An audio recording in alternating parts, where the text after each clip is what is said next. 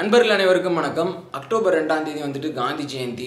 காந்தி வந்துட்டு இந்தியா வந்துட்டு ஒற்றுமையாக யுனைட்டடாக இருக்கணும், ஒரு யுனைடெட் இந்தியாவாக இருக்கணும் அப்படின்னு சொல்லிட்டு ரொம்பவே ஆசைப்பட்டார். அது மட்டும் இல்லாமல் சுதந்திர போராட்டத்தில் வந்துட்டு ரொம்பவே எப்படி சொல்கிறது பாடுபட்டு வந்துட்டு இந்தியாவுக்கு சுதந்திரம் வாங்கி கொடுத்தாரு. குஜராத் மாநிலத்தில் பிறந்தவர். இந்த விஷயம் எல்லாத்துக்குமே நம்மளுக்கு தெரியும். அக்டோபர் 2 வந்துட்டு நம்ம காந்தி ஜெயந்தி அப்படின்னு சொல்லிட்டு ரொம்ப வந்துட்டு எப்படி சொல்கிறது காந்தியை வந்துட்டு தெரியும் எல்லாத்துக்குமே. அக்டோபர் 2 வந்து காந்தி ஜெயந்தி. அன்றைக்கி வந்து காந்தி செஞ்ச தியாகங்களை வந்துட்டு நம்மளாம் நினைவு கூர்ந்து பார்ப்போம். ஆனால் இன்றைக்கி அக்டோபர் 31ஆம் தேதி அதே மாதிரி நான் நினைக்கிறேன் காந்திக்கு நிகராக அதே லெவலுக்கு பெரிய பெரிய காரியங்கள் புரிந்திருக்கிற ஒரு மாமனிதருடைய பிறந்தநாள், சர்தார் வல்லபாய் பட்டேலுடைய பிறந்தநாள் இன்னைக்கு அக்டோபர் 31. ஸோ இன்னைக்கு இன்னொரு முக்கியமான விஷயம் என்னன்னு பார்த்துக்கிட்டிங்கன்னா ஸ்டாச்சு ஆஃப் யூனிட்டி. இது நாள் வரைக்கும் வந்துட்டு உலகத்திலே உயரமான ஸ்டாச்சு எதுன்னு கேட்டால் வந்துட்டு நம்மளுக்கே தெரியாது. ஸோ சைனாவில் இருக்கிற, நான் இப்போ ரீசெண்டாக பார்த்ததுக்கப்புறம் தான் தெரிஞ்சுது, சைனாவில் இருக்கிற ஒரு புத்திஸ்ட் டெம்பிளில் இருக்க ஒரு ஸ்டாச்சு தான் வந்துட்டு 153 மீட்டர்ஸ் டால். ஸோ இன்னைக்கு இப்போது இந்த நிமிஷம் வந்துட்டு உலகத்திலேயே வந்துட்டு ரொம்ப உயரமான சிலை எதுன்னு கேட்டுக்கிட்டிங்கன்னா யாராவது கேட்டாங்கன்னா வந்துட்டு சர்தார் வல்லபாய் பட்டேலுடைய ஸ்டாச்சு தான் அப்படின்னு சொல்லிட்டு நீங்கள் பெருமையாக சொல்லலாம். பெருமையாக சொல்கிறதுக்கு நிறையா விஷயம் இருக்குது. நான் ஏற்கனவே சொன்ன மாதிரி காந்தி அவர் பண்ண அந்த விஷயத்துக்கு நிகராக வந்துட்டு நான் வந்துட்டு சர்தார் வல்லபாய் பட்டேலுடைய அந்த பணியை பார்க்குறேன். ஸோ இன்றைக்கி அக்டோபர் 31ஆம் தேதி வந்துட்டு அவருக்கு இந்த சிலையை திறக்கிறதுக்கு முன்னாடி இன்றைக்கி என்னென்ன விஷயங்கள் அவர் பெரிய விஷயம் பண்ணியிருக்கார் அப்படின்றது ஒரு சின்ன விஷயத்த சொல்லிவிட்டு ஸ்டாச்சு ஆஃப் யூனிட்டியில் வந்துட்டு என்னென்ன பெரிய பெரிய ஃபியூச்சர்ஸ் இருக்குது, அப்புறம் வந்துட்டு எதுவுமே ப்ரோஸ் இருந்தால் கான்ஸ்ன்னு ஒன்று இருக்கும், அதாவது நெகட்டிவாக ஒரு சில விஷயங்கள் சொல்லுவாங்க. ஸோ அதை சொல்லிட்டு இந்த வீடியோ முடிக்கலாம். ஃபஸ்ட்டு சர்தார் வல்லபாய் பட்டேல் அந்த பேரே வந்துட்டு சர்தார், சீஃப் லீடர் அப்படின்ற அளவுக்கு, அதாவது மகாத்மா காந்தி வந்துட்டு இந்தியா வந்துட்டு சுதந்திரம் கிடைச்சதுக்கப்புறம் வந்துட்டு 565 பிரின்ஸ்லி ஸ்டேட்ஸ் இருக்குது. இந்த பிரின்ஸ்லி ஸ்டேட்ஸ் எல்லாத்தையுமே இணைக்கணும்னா வந்துட்டு சர்தாரால் மட்டும்தான் முடியும், அவன்ட்டு அந்த டாஸ்க்கை கொடுப்போம் அப்படின்னு சொல்லிட்டு செல்லமாக வந்துட்டு சர்தார் அப்படின்னு சொல்லி சர்தார் பட்டேலுக்கு வந்து இந்த டாஸ்க்கை கொடுத்துருக்காருன்னா பார்த்துக்கோங்களேன்.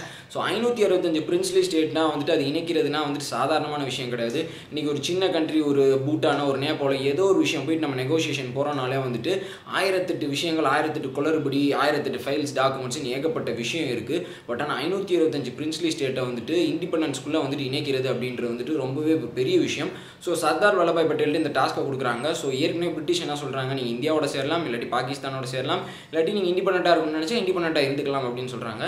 பட் ஆனால் காங்கிரஸ் அப்புறம் வந்துட்டு இந்தியா ஒரு பேட்ரியாட்டிக்காக வந்துட்டு இந்தியா அப்படின்ற ஒரு நம்ம இண்டிபெண்டன்ஸ் வாங்கியிருக்கிற இந்தியர்களுக்கு வந்துட்டு இந்த பிரின்ஸ்லி ஸ்டேட்ஸ் வந்துட்டு ஒரு பெரிய எப்படி சொல்கிற கன்சர்ன். ஏன்னா இப்படிப்பட்ட ஒரு யுனைடெட் இந்தியாவை இருக்கிறத விட்டுட்டு இடையில ஃப்ரிஞ்சாக வந்துட்டு பிரின்ஸ்லி ஸ்டேட் இருந்துச்சுன்னா உண்மையிலேயே வந்துட்டு ஒரு யுனைடெட் இன்டெகிரேட்டட் இந்தியாவாக இருக்காது அப்படின்ற ஃபீல் வந்துட்டு எல்லாத்துக்குமே வருது. ஸோ அந்த டாஸ்க்கை வந்துட்டு பெர்ஃபெக்டாக சர்தார் வல்லபாய் பட்டேல் முடிக்கிறாரு. ஸோ இந்த நேரத்தில் இன்னொரு முக்கியமான ஒரு மனுஷனுடைய பேரை சொல்லணும், ஒரு பெரிய ஆளுடைய பேரை சொல்லணும்னு நினைக்கிறேன், வந்துட்டு விபி மேனன். ஸோ சர்தார் வல்லபாய் பட்டேல் அவர்களுக்கு வந்து ரைட் ஹேண்டாக இருந்து இரவு பகல் பாராமல் இண்டிபெண்டன்ஸ் வர அதே சமயத்தில் வந்துட்டு இவங்களாம் நம்மளோட இணைய போகிறாங்கன்னு சொல்கிற அளவுக்கு இந்தியா ஃபுல்லாக ட்ராவல் பண்ண ஒரு பியூரோக்ராட், அதாவது ஒரு சிவில் சர்வெண்ட் தான் வந்துட்டு விபி மேனன். ஸோ விபி மேனன் வந்து சர்தார் வல்லபாய் பட்டேல் வந்துட்டு விபி மேனனோட ரைட் ஹேண்டாக செயல்பட்டு விபி மேனன் வந்துட்டு சர்தார் வல்லபாய் பட்டேலுடைய ரைட் ஹேண்டாக செயல்பட்டு நிறையா விஷயங்களை இன்டெகிரேட் பண்ணுறாரு.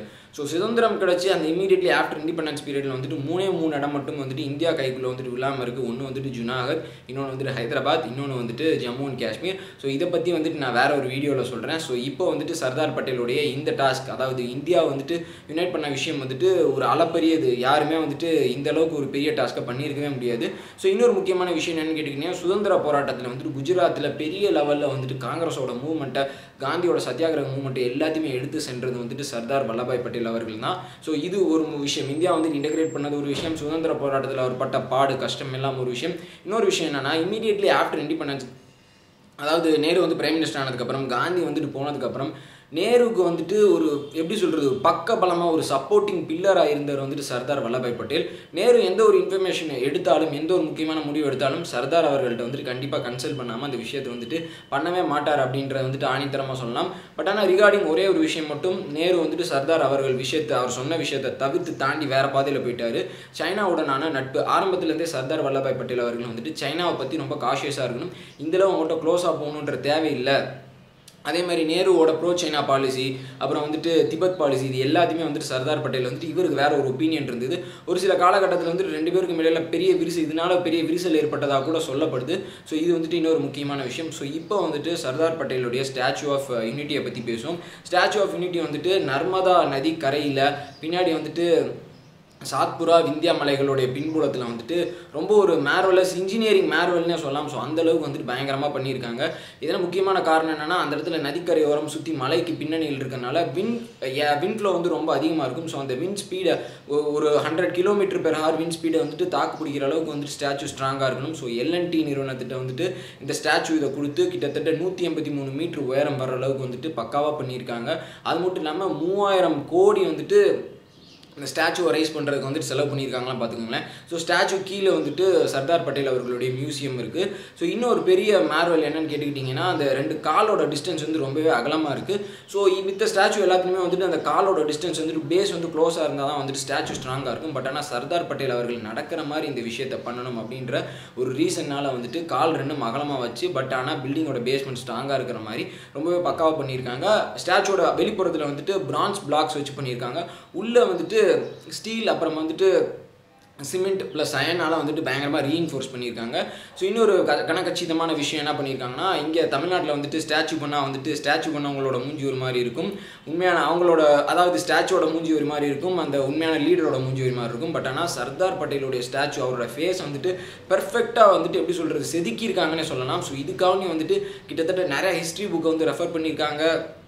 நிறையா காங்கிரஸ் லீடர்கிட்ட பேசியிருக்காங்க. சர்தார் பட்டேல் ஃபேமிலி மெம்பர்ஸ் அவங்களோட இது பேசியிருக்காங்க. இந்த மாதிரி நிறையா விஷயம் நடந்திருக்கு. ஸோ இந்த மாதிரி பண்ணி ஒரு பெர்ஃபெக்ட் ஸ்டாச்சு வந்துட்டு அன்வீல் பண்ணியிருக்காங்க. ஸோ இன்றைக்கி நரேந்திர மோடி அவர்கள் வந்துட்டு இந்த ஸ்டாச்சு வந்துட்டு இனாகிரேட் பண்ண போகிறாரு.